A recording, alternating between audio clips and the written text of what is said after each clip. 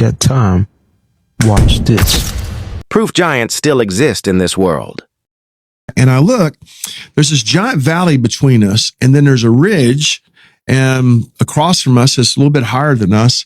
And at the top of the ridge is this one big giant tree, and it's a big old tree.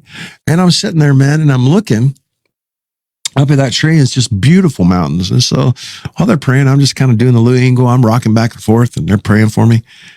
And then, man, I look back at that tree, and something is just coming up and standing next to that tree. And I see it come up. And at first, I thought somehow it was a tree that was falling over, that it was falling over towards me somehow because it rose. And I just, in my mind, I was trying to figure out how it worked. And I just thought, whoa, man, that's something going to fall off that cliff up there. But it stopped and it froze and it was erect right next to the tree. And as they're praying for me, man, when the tree would move, it would move. And I was like, that ain't the wind blowing that tree. And then I saw these arms come down beside it, and he goes like this, and he puts his arms back, and it still kind of looks like a tree. Whoa. But I'm like, that ain't a tree.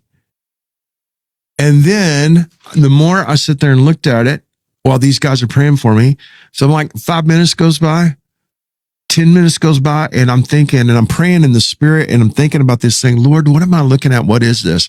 And he said, he's spying out your prayer.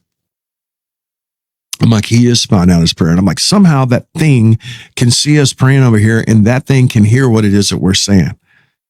And I was just sitting there, and I thought, I want to test this out. And I'm staring at this thing. Now I've got a good beat on it. And I mean, I'm really getting details out of it now. Even though it's pretty far away, I'm getting good details out of it and all this. And I said, I know you can hear me, you devil. And I just said it in that tone of voice. And when I did, he put his arms out like this, and he started rocking back and forth. Like, whoa. Like you were challenging him. Yeah. Wow. And I was like, whoa. And I said, I know you can hear me. And I said, here's what I'm going to tell you. We're coming into this region. I told Brother Impenetrable to go to hell, and I wasn't teasing. I'm back. I'm down here.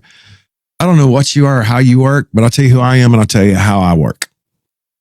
I am a child of the Most High God, and God Almighty has commissioned me to rescue kids here. And we are going to rescue so many kids, and there's nothing you can do about it.